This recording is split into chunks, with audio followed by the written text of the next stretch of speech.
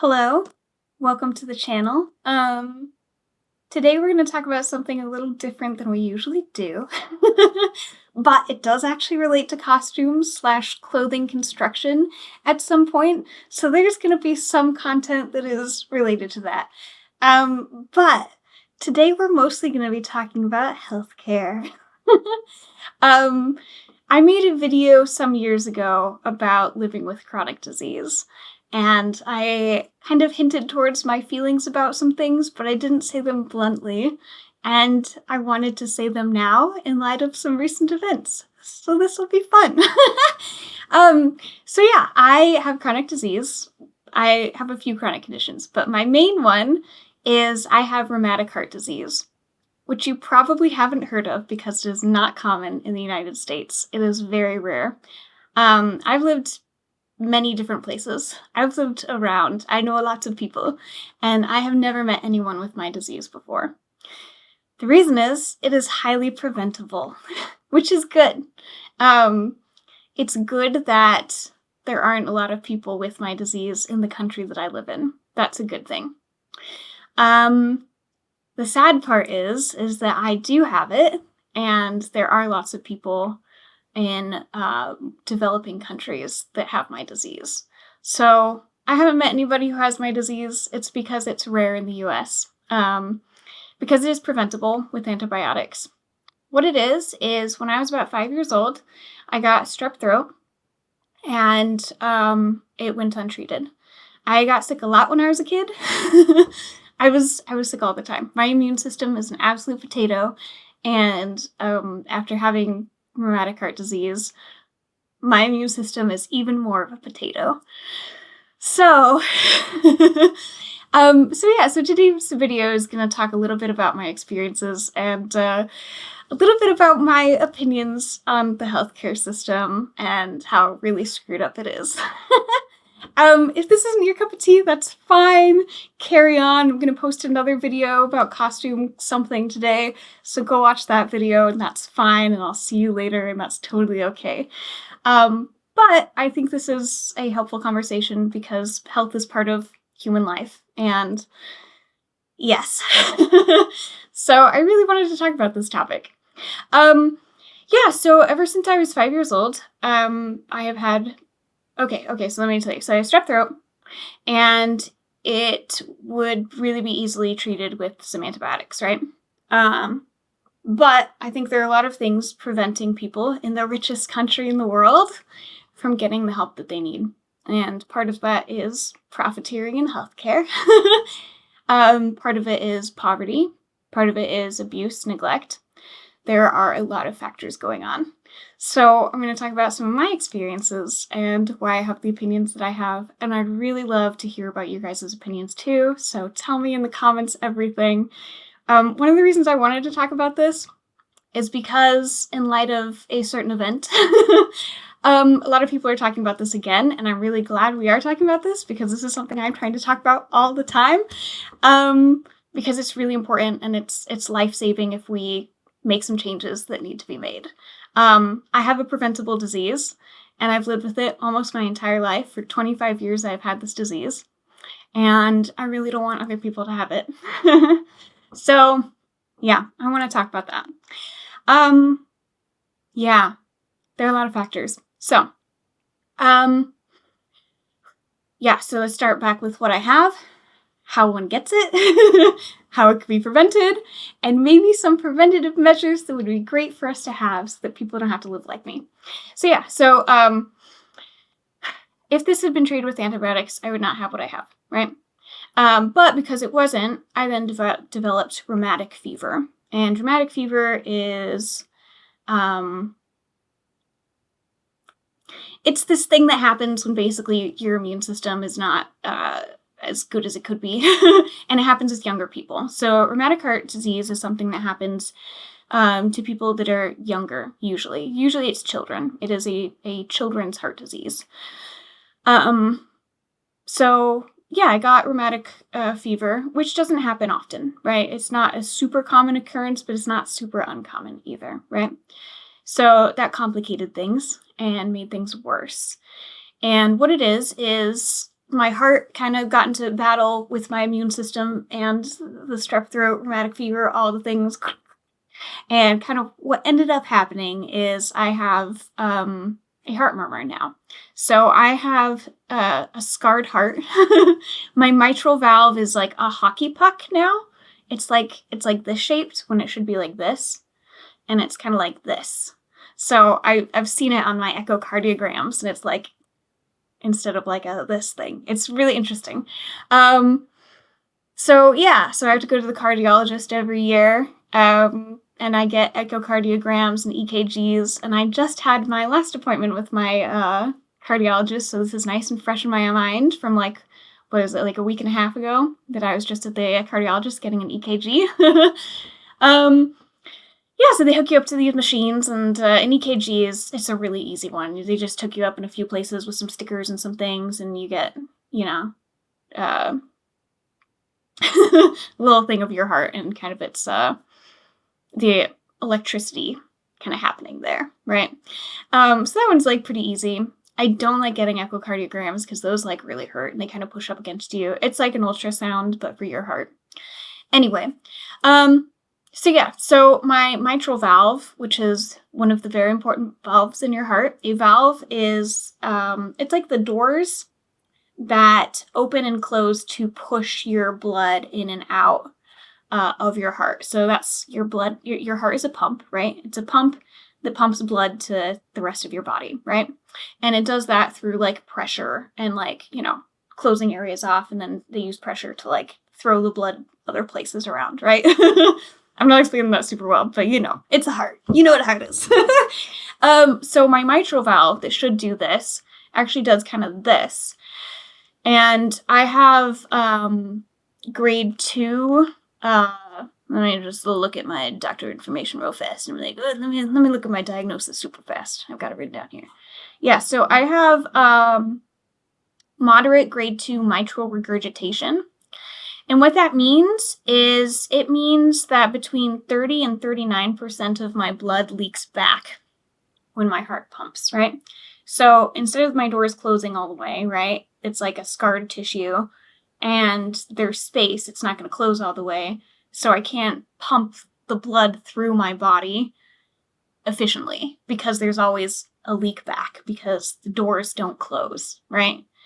So, that gives me a heart murmur. And a heart murmur means like your heart makes an extra sound, right? My murmur, I guess, is like pretty light sounding. I've had a lot of doctors who are like, I can't even hear it. Like, okay, cool. So I was lucky to have a doctor when I was a child who heard it and did something about it. So I was lucky that my disease was caught like just a few months after I got it. It didn't take too long. So I was really lucky in having a really good doctor. So thank you for my good doctor, right? Yeah, so I have mitral regurgitation. So my heart is working really hard to try to pump the normal amount of blood through my system that it ought to. So that's a difficulty I've had to deal with. And on top of that, I also have trileaflet aortic valve with mild grade 1 regurgitation. So my aortic valve also has some regurgitation. Woohoo! My mitral valve also has some leaflet thickening, and I've got some other stuff too. So basically, like, my heart is scarred, it's messed up, it doesn't do the things the way that a normal heart should, right? Which makes life harder. And I honestly haven't had too many of, like, the effects of like, my heart. Like, that hasn't inhibited me too much from normal things. I think just my immune system, that it's really weak, that's been like the bigger thing, because I catch everything and I get it longer and I get it worse, and it's not fun. So those are the things that are not great that I have. With this, I have to get an injection of Vicillin LA every month. So it's an injection of penicillin, right? That's what Vicillin is. It's a penicillin. And I get that monthly. And the purpose of that is kind of to make sure that I don't get strep again. Because if I were to get strep again, it could really aggravate things. It could cause more damage to my heart. would make things really hard. So every month I go in and I get an injection. That's just supposed to protect me from getting strep throat, since that's what caused my disease in the first place, and that would have some bad consequences if I were to have it again. So yeah, that's my monthly thing I have to do, and I've had to do again since I was 5 years old. Other than that, I have had lisinopril, which is a medication for my blood pressure I've had to take before. That's just like to lower my blood pressure, so my heart didn't have to work as hard. Now I've been off that medication for a few years, and now my normal blood pressure is just low, and now I have to like take sodium to like get it to normal so I don't get like lightheaded and like vertigo-y and stuff. So like, I don't know, whatever. Your heart's important. And, you know, blood pressure, all the things, it all contributes. So that's me. That's what I have. That's the thing. Now here's some feelings I have about that. Let's talk about a few things. So first of all, again, I have a preventable disease. So I don't think anyone in the richest country on earth where we have access to penicillin should have my disease. I don't think they should. Because it is preventable. And I guess I'm sad about how many people have preventable things. I am. And like, obviously it's bad for the person. It's bad for their health. It's bad for their life. Getting to do what they want to do. Being able to contribute in the ways that they want to do. You know, like there's a lot of ways it impacts us. And I wish it didn't have to be that way. So there's that. And then if you think about it, for those people who are all about the money, but anyway, if you think about it in economic terms, if I had gotten penicillin when I was a kid for this, the cost would be maybe like, let's make a large number and say maybe this is like $100 or $200, right? Probably was not that expensive, but let's say, right?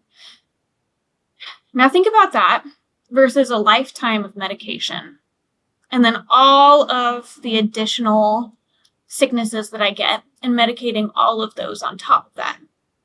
The expense is astronomical. It's like this much can prevent this much, right? But the problem is there are a lot of people that can't afford this much. And that's a problem. So, I don't know. What's hard about this, especially I was a kid, right? I was a child. And there are lots of children living in their circumstances that don't have access to these things out of no fault of their own, right? It's not a kid's fault if they don't have access to medical care that they need. I'm emotional, it's fine. Anyway. Yes, not a kid's fault. And like, that kid's gonna deal with that for the rest of their lives. And that's not fair or right. So, I don't know. I feel that our medical system punishes the weakest of us very severely. Because the way our medical system is if you're rich, you can get whatever healthcare you need. If you're not, you might have to make some hard decisions. I'm gonna pause. My goodness. Okay. People who are poor have to make very hard decisions. They're like, am I going to pay rent? Am I going to have food? Or am I going to get healthcare? Right? You shouldn't have to choose. And like, this is what's frustrating to me because I was listening to a lecture the other day, well, a few weeks ago. He was talking about how the medieval peasants lived better lives than we did because they were guaranteed food, housing, health. We don't have that. Because it was like, you know, the people that they were under the care of, the kings, the nobles, they were like, yeah, you're my people. I'm here to take care of you, right? And that is not what the governing bodies of our country are like. The people in power don't care about your survival. They don't care about my survival. They don't care about these things. They care about money. Which is crazy because I'm an artist and I'm all about humanity and art and the expression of the soul. It's art, So that's where my values lie, is like humanity. It's the most important thing. But I also, I took an ethics class a long time ago, and they talked about how there was a car company and they had a car that it had a part that would like explode or something, like something happened. Anyway, some part about it was not good, caused some problems, caused some deaths. And they saw the number of deaths and they said, okay, well, that's not enough for us to justify the cost of recalling all of these cars and replacing this part. And I don't know, it's things like that that I just hate. Because humans are the valuable thing, right? Being alive, being human, being healthy, like, that's where we should be putting our values and where we should be saying, like, this is what's important. Money is fake. It's a social construct we made up. It is totally fake. And, I don't know if you knew this, but the government mints coins. So they make the coins, right? But money, overall, is actually created by banks and not the government. So it's totally fake because when you go and take out a loan, that money is like created kind of in that instant. Like, banks are creating money, which blew my mind. I had no idea. I learned about this recently and I was like, this is crazy. So money really is just totally fake. And it's not tied to gold or silver or anything these days. So like, there isn't anything it's tied to. It is entirely fake. It is a total social construct. It's something we decided. We're going to do this. This has value now because we decided. So it's totally fake. And this thing is what people in healthcare are deciding that they want more than human life. And that torques me to no freaking end. Like, what the freaking heck? Okay, yeah, I'm not happy about this. Because, like, life is precious, life is sacred, life is important. You matter. You freaking matter! Your life matters!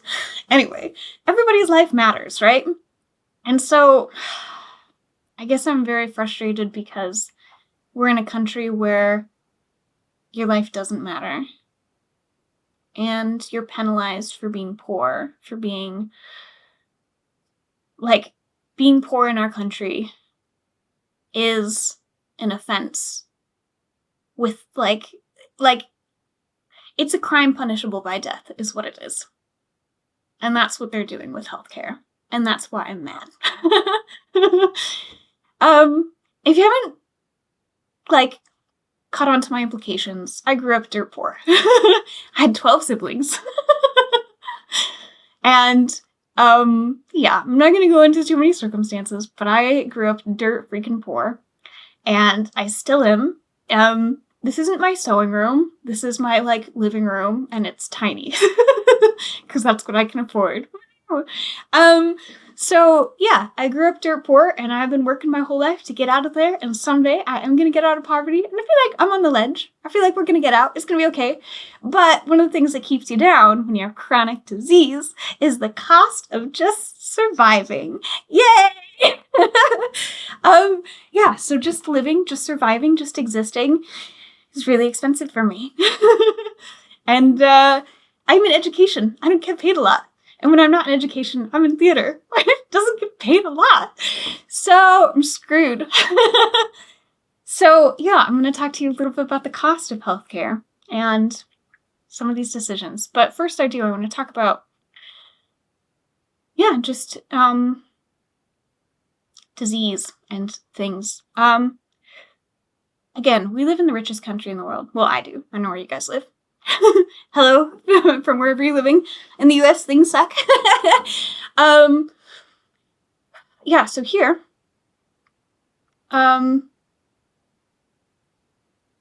it's really unfortunate because if your parents are poor, that means you're going to suffer all of those consequences, right?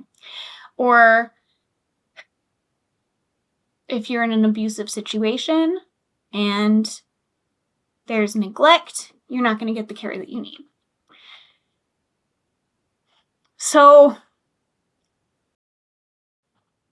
one thing I've seen a lot from women I know, and you probably know a lot of women like this too, women who are in abusive situations, there's like multiple things going on that relate to healthcare that I find very problematic. One of them is, there are some women that are in these abusive situations and they're like, I can't leave because he has the health insurance to treat my condition or my children's conditions. And so I gotta stay here because if I leave, I'm not gonna have that anymore. And some of these women are like, yeah, I didn't get a degree. I don't have an education. I'm gonna have a hard time finding a job. And I don't have like money to carry me in between leaving him and until I'm like stable again. And I don't have anybody who can help me out. And I hate that. So I don't know. I think if we provide Medicare for all, I think if women could actually have healthcare, especially these women that are stay-at-home moms. That's not my job. Like, that's not what I do. That's not my career path. I love my job. I work and I love it.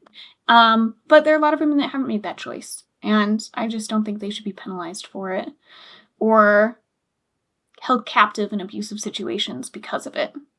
And if we provide healthcare for these women, they can get out of these situations and their children can get out of these situations. And they could go on and live better lives and be happier. So on the one hand, attaching healthcare to a job, I think is really problematic because historically, about 50% of our population wasn't working. And that means they have to be attached to someone who has that, which also means you've taken from them their independence, their humanity, their health. I don't like that at all.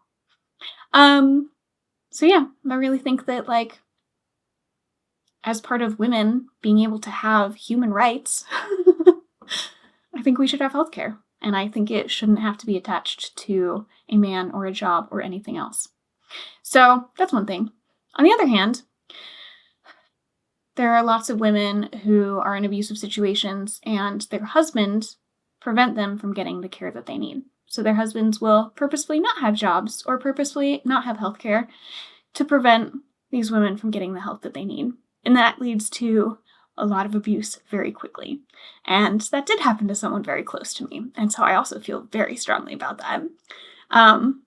Because I think a lot of preventative things could happen there too, where we could prevent a lot of tragedies from happening if crap like that didn't happen. So, yeah. Ultimately, I feel like we all have lots of people we care about that, at least I do. I'm sure you guys do too, though. Like, tell me the stories. I am here for it. Tell me about it. Write them in the comments. Tell me everything.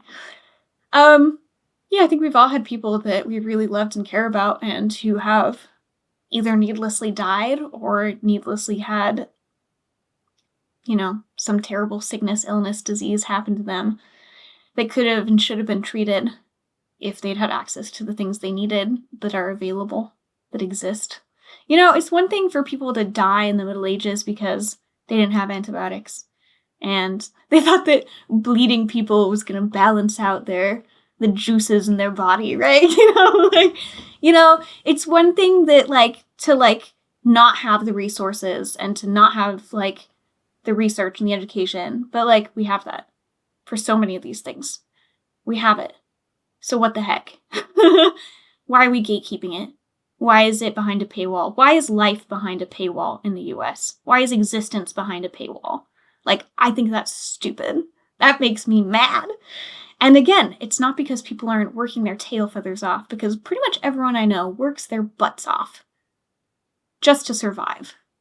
And you know what? Survival's not enough. Again, I'm an artist. It's about art. It's about expression. It's about humanity, right? It's not enough just to exist. You have to have reasons to exist and fuller lives and culture and things, right? And so if we just take care of everybody, we could all just be happy and healthy and making art and doing things and not starving and dying because we couldn't afford it. What the heck? What the actual heck? I'm so mad about this. So, yeah, I want to talk real fast, and I don't want to spend too long about this because I do get very emotional when I talk about this. But my mom died of cancer in 2017. She died of colon cancer, which again is one of those diseases that's preventable if you get, colonoscopies done ahead of time and if you have access to the resources you need.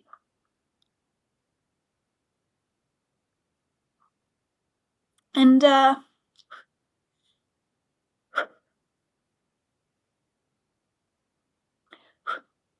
we all have those people that matter very deeply to us, right? Who would really benefit from some change. It's too late for my mom, and it's too late for me to be prevented from my disease. But I don't want these to happen to other people.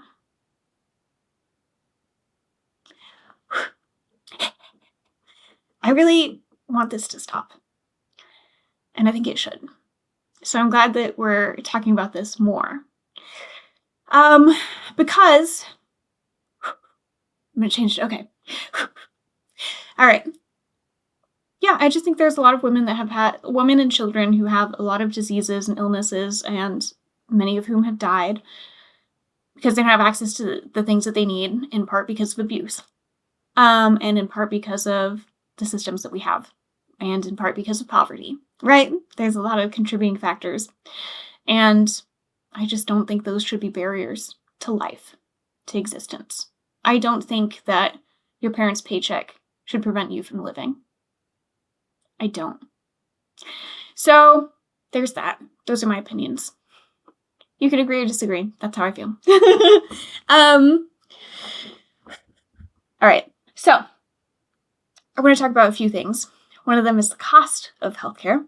And then let's talk about kind of insurance companies and whatever the heck they're doing. So I think there are two places that healthcare is getting inflated, like the cost of it. Actually, there's three. So there's pharmaceuticals where they're like, okay, strong feelings about this.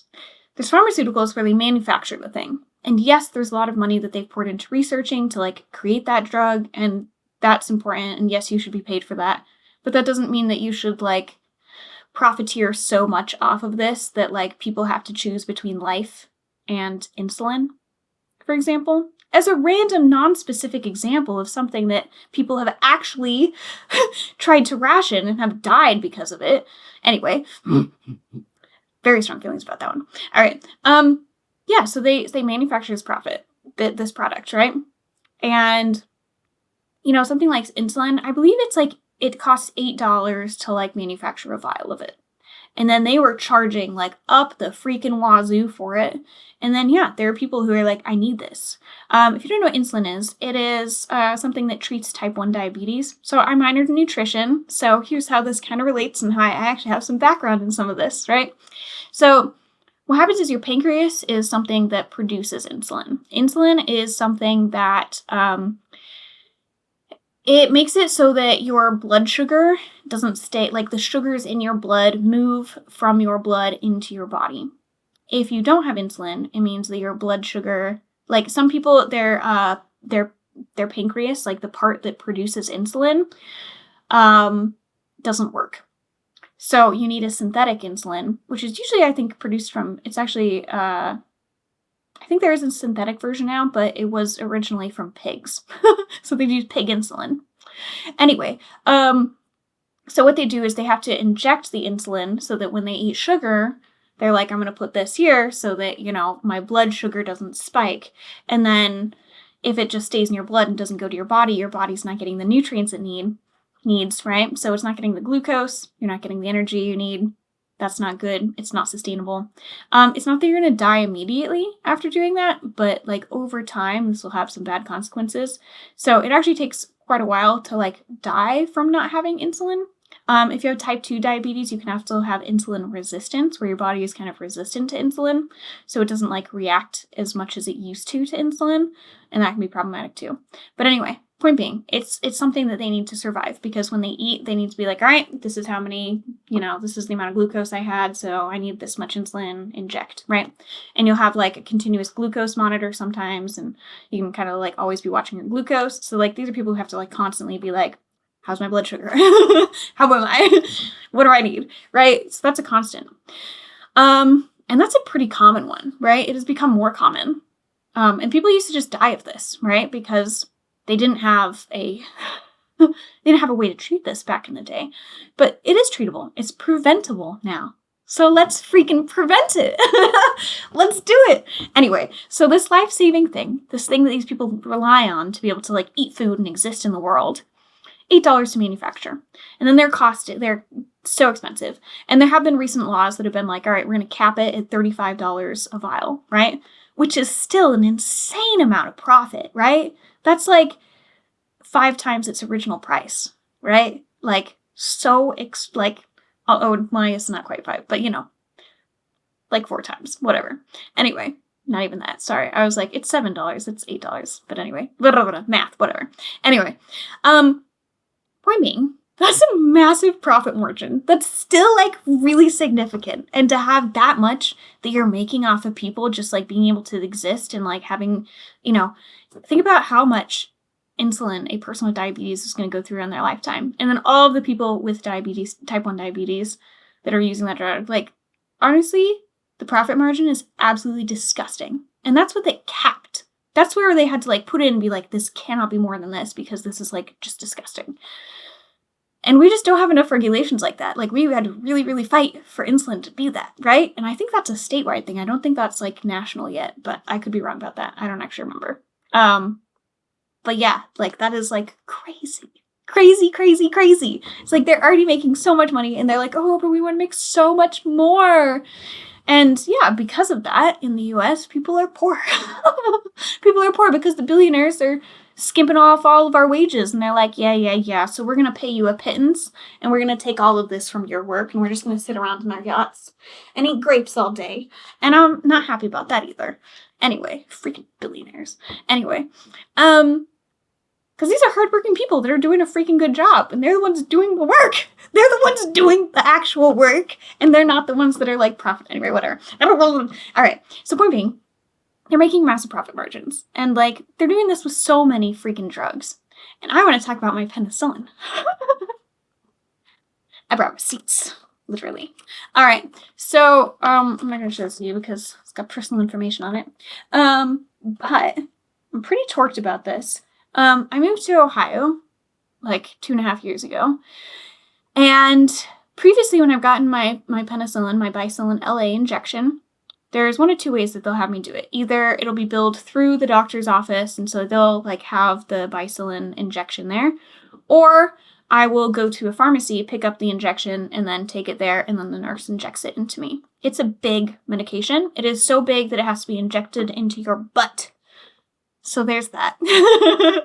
Because that's where you got all that muscle and fat, right? So you need all that extra space just to get the freaking big needle in. So yay. Fun. Okay, so anyway.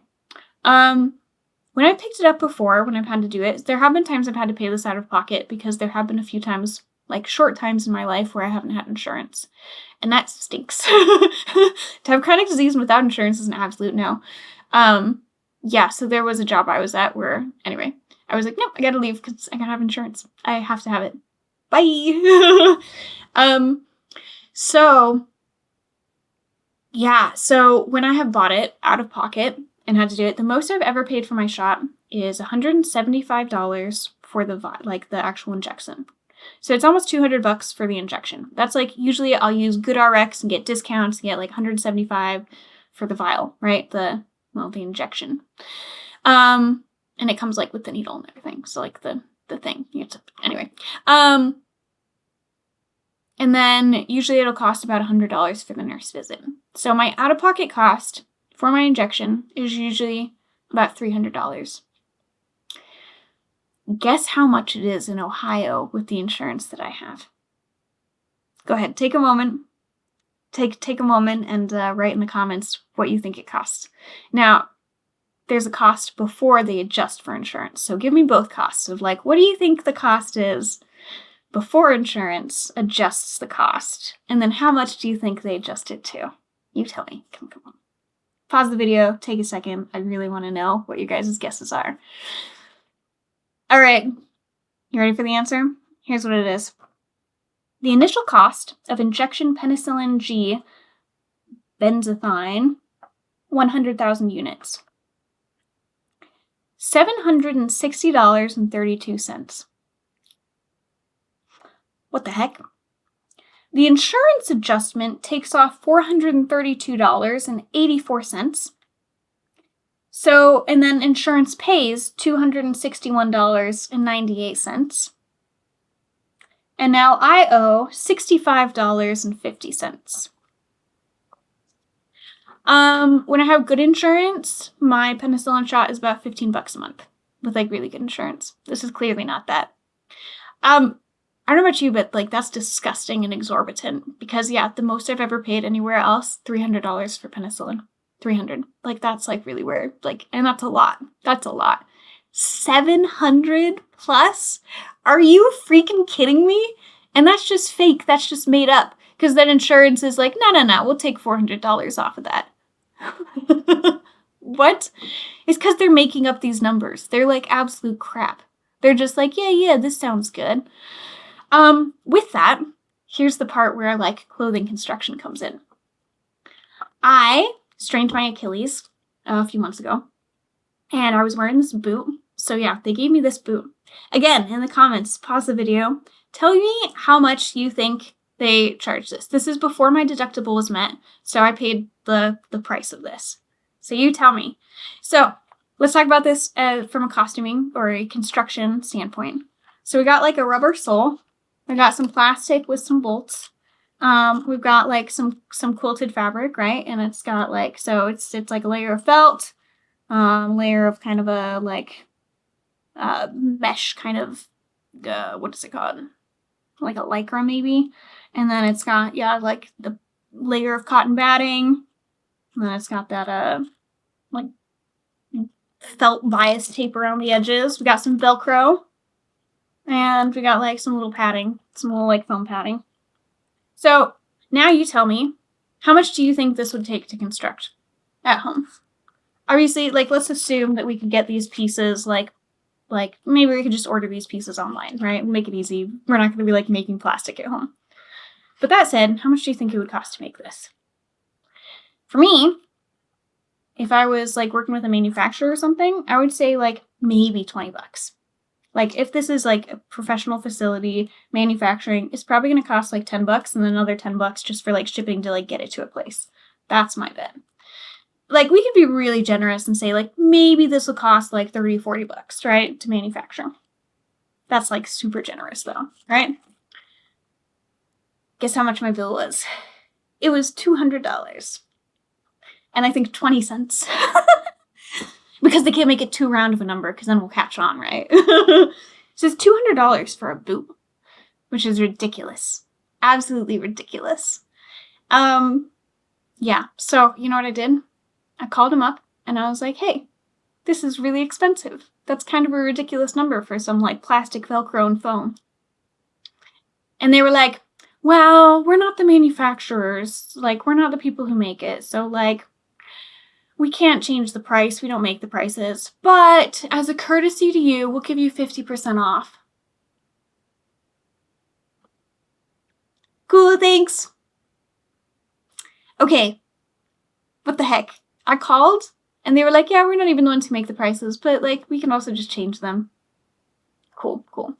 I had watched a video before that. It was like all your medical bill stuff has been made up. And I have had to call for like so many of my things to be like, excuse me, why are you rejecting this? What's the what? Like I've had to call medical things a lot in my life. A lot. I have spent hundreds of hours on the phone with like insurance companies and healthcare and all the things. This is ridiculous. Anyway, but yeah, I'd watched this video that was like, this is all fake. And I was like, I know, it totally is. But I was like, I also don't have the guts sometimes to be like, this is stupid. What is this? So I did. And I was like, wow. So they discounted me $100. So I paid $100 for this thing that was like, if I hadn't called them and talked to them, gonna be twice as much. So that's also just a note to like, yeah, freaking call, because like these are ridiculous. These are made up. These prices are made up.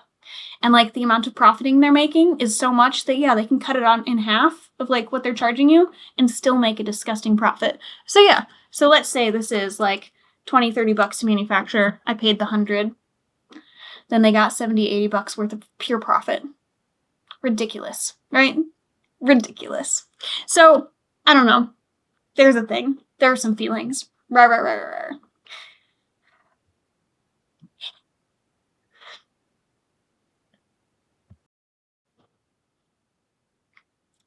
So, their prices are made up just so that they can profit lots more.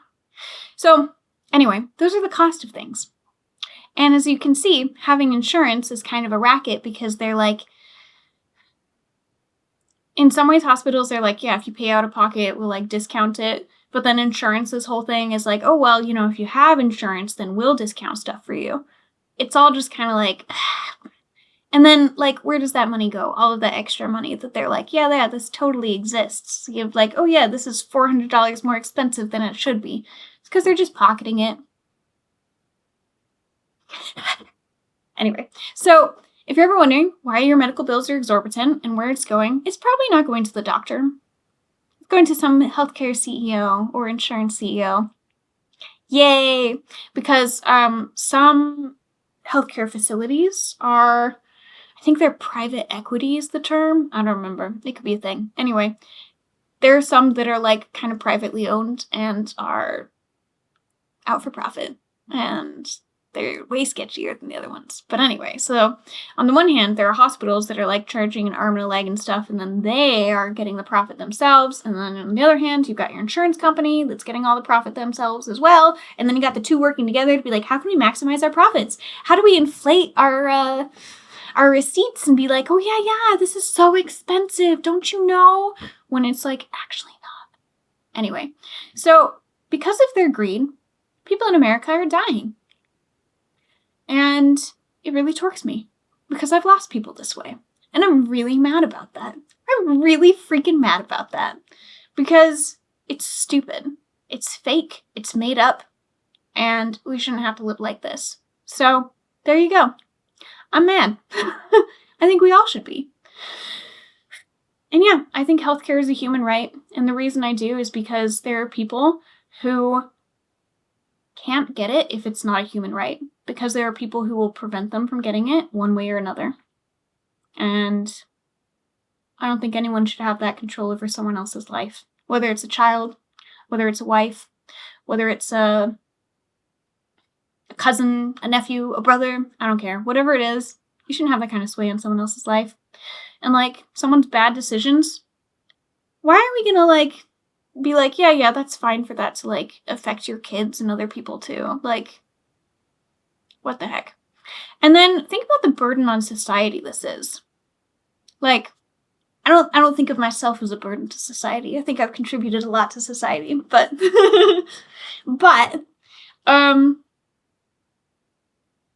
it's a heavy cost of like being a chronic diseased person, and it's like a financial, very, very heavy cost. And then, yeah, there are lots of other consequences too. There's just a lot. The cost is too much. The cost is too high.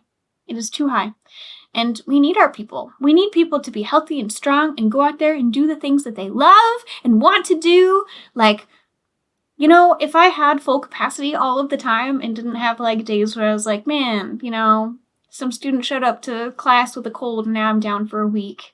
And I'm just like sitting in bed when I could be like, oh, I could be using that time to create and make things and like, you know, like that would be so cool, right? And like, if we could all do that, you know, and I don't know,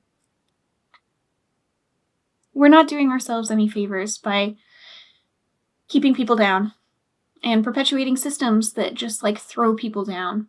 And yeah, I'm really sick and tired of like children having to be the collateral damage of this. It's children and women and old people and people with chronic disease. We're the collateral damage. And I am sick of it. I am so sick of it. So guys, I don't know. We need to change our systems. We really, really freaking do. This is wrong.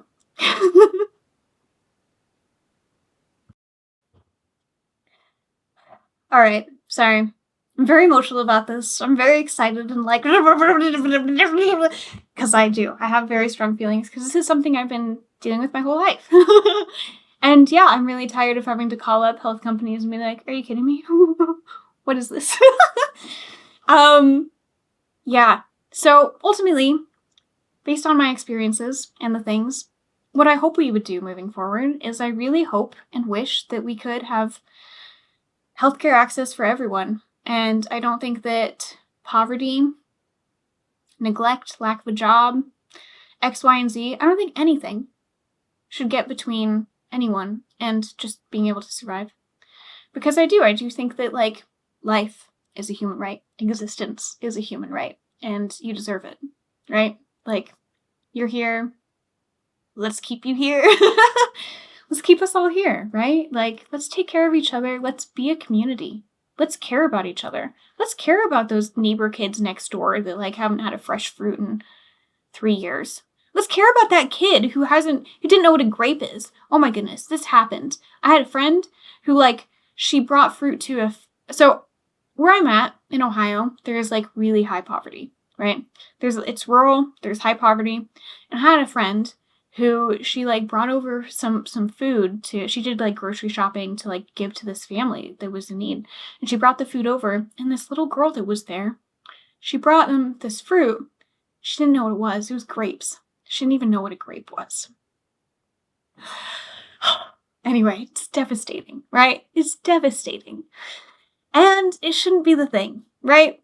It should not be the thing. So, I don't know. And I really am tired of, like, children being the collateral damage of, like, adult, really poor, abusive decisions. I'm really sick of that. Like, that's a little kid. We should be taking care of our children, y'all. For the children! So yeah, like, anyway, so I think everyone should have access to that because we have it. We've put in the work to invent these miraculous, beautiful things that can save lives. Let's use them to do that. Let's not put a paywall up. Like, why is there a paywall to life? Why is there a paywall to culture? Why is there, like, a paywall to just, like, the good parts of life, you know? All right. Or just existence. Anyway, I'm really mad about that. I really, really am. And I'm really sick of, like, the massive amounts of profiteering these people are making off of it because they are making money off of our pain, our loss, our death. Because you know what's a moneymaker? My disease is a moneymaker. Having my disease means I have to go to the doctor at least once a month. And then I've got my yearly cardiologist, and then I have my yearly just normal appointment. And then I have all of the illnesses I get throughout the year because my immune system's a potato, right? Because of this. So I'm great for them. They love to have people like me because I make them money. And I don't want that. I don't like that very much. I don't like that my pain is something that they want and enjoy and want to perpetuate so that they can make more. I'm sick of that. I'm sick of these people profiting from that. What I'm not tired of is people benefiting and, like, profiting from healing people. Like, I think that's an entirely different, separate thing. There's one thing to, like, overcharge people for existence, and there's another to be like, oh yeah, here's this brilliant human who went through all these years of education and is here to help you and use that. Like, absolutely, they should make a really great wage for doing that. But, like, these aren't the people that are benefiting. They're not the people that benefit from, like, these crazy high padded prices that are just insane. They're not even the ones benefiting from this, right? And if it went straight to them, I think I'd be a little bit less mad, right? But, like, they're not the people who are getting the major benefits from this. They're not the ones reaping those massive, insane rewards. They're doing pretty well for themselves. Good job, good job. You deserve it, you deserve it. And, like, I think they should. I think everybody should get paid a fair wage. I think I should get paid a fair wage. I think we all should. And I think a fair wage means that we should be able to afford life. Anyway, so, point being, I think we should all be able to afford life. And I don't think we should be denied things because someone's parents, you know, don't have the things, or they grew up in poverty, or this or that. And again, any other reason. Sorry, I've said this like 12 times, but I really feel this strongly. And yeah, I'm just really torched that health insurance companies, they don't provide a product, right? So that's what also torques me, is that they're just there to be a middleman, to like negotiate and like just refuse claims. Because if they refuse your claim, that means they're going to make more money because you pay into them, so that when you have a situation, they're going to pay for that, right? It's insurance. That's how that works, right? If you don't, then they just keep the money and that's that, and / it goes to someone else. For them, they're making lots of money by saying, oh, no. You had a prior condition. You had rheumatic heart disease before you were insured by us, so we're not going to cover that. Which I believe is illegal now. Again, that might be a state by state thing. I'm not entirely sure. But I did have multiple claims that were denied because of my heart disease being a prior condition. Oh no, it's like I came with this body. It's like I was stuck with this. Oh no. What the heck? Anyway, so I've had claims denied because they were like, oh, well, you came with that, so we're not going to cover that, which doesn't make any sense at all. It's like, that's... What? So every time you change insurances, is it like, well, that was before you were with us, so we don't have any responsibility. Really, it's just another excuse for them to be like, we're just going to pocket this money. So the thing that frustrates me, especially as a person who creates things, like I create a product, right? I make a necklace and a dress and a gown and these things. Like I make the thing. I make a thing. It exists. And for them, they're not creating anything. They're not innovating. They're not any of these things. What they're doing is they're pocketing stuff, and they're trying to be all political and be like, no. You don't actually need this, and just finding loopholes so that they can keep money. Like, so insurance companies, really not a fan of, because they're just a middleman that's pocketing what we need. I also don't like them because they're like, oh yeah, the number of times they're like, you don't actually need this. And I'm like, my doctor says I need this. Who are you to say I don't need this? Like, what? So yeah, there are people without medical degrees who are making medical decisions. And that's not right either. I have had people where like their medical claims or their their insurance company, they were like, so their doctor told them that they were going to get one medication. And their insurance companies were like, no, but you can have this other one.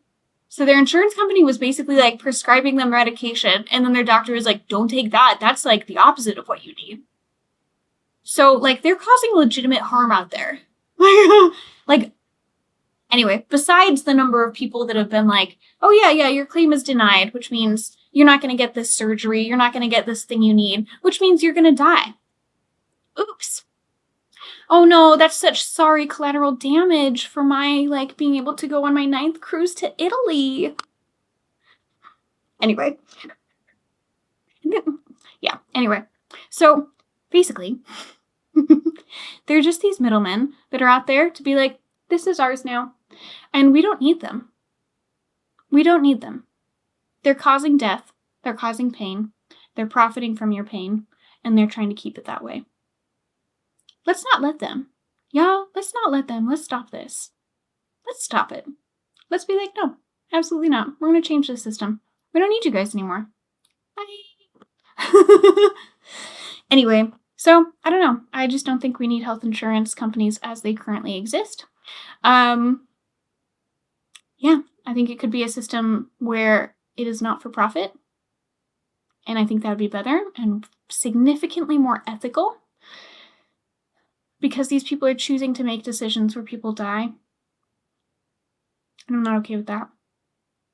Because what it is like, it's serial killing. It's serial murder, right? These are serial killers that are just for profit. They're like, oh yeah, we can kill you guys. You guys can be maimed. You guys cannot live the way you want to, like, the way that you should. You're not going to survive in the same way. Oops. I'm making money off of it, so... It's fine. It's fine. Look at how much money I have now. Right? Like, there's no need. We don't need people like that. We don't. And so, yeah, I think we need to change our system so that we don't have that being for profit.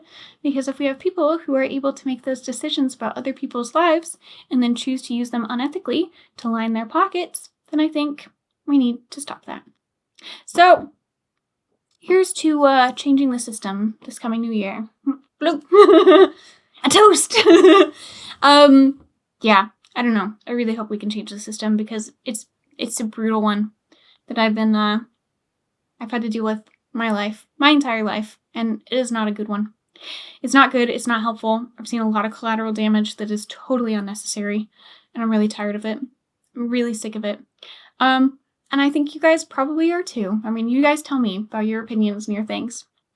But based on on a lot of comments I've read online recently, like, I think kind of as a whole, we're really done with this. We're really sick of this. We're sick of being abused by the systems at play and by, like, the people who are benefiting from this and choosing to say, yeah, we're okay. We're okay with benefiting from this. That's fine. We're going to keep on hurting you as long as we're the ones who benefit. I'm not okay with that. I don't want that to be. I want you to be strong and healthy and live a good life. And I don't want anyone else in the US to get rheumatic heart disease. I don't want people in other countries to get it either. It is prevalent in developing countries. It really is. Because they don't have the access. And I want them to have it freaking too. They deserve it. They need it. Let's get it to them. Let's take care of us. And then let's take care of everybody else, y'all. Let's be a community. Let's care about each other. Let's do these things. Let's heal each other. Let's fix this. Let's heal together. Let's heal each other and do it together and just, like, create a beautiful community where we all got what we need and children aren't wondering, like, oh, is that a grape? I've never seen this before. What does it taste like? Like, freaking heck, y'all. Like, let's fix this. Please, please, please. All right. I've said a lot. There's my piece. Thanks, guys. If you stayed this long, I super appreciate you. You're a real homie. So yeah, stay salty, my friends, and yeah, let's fix this. Let's make the changes that we need so that we can move forward, right? Like, please, let's do it. And please think critically about all the things. Use your critical thinking skills. Do it. It'll be great. And yeah, hopefully I'll see you again soon on my next video. So thanks so much. Appreciate you. See you guys later.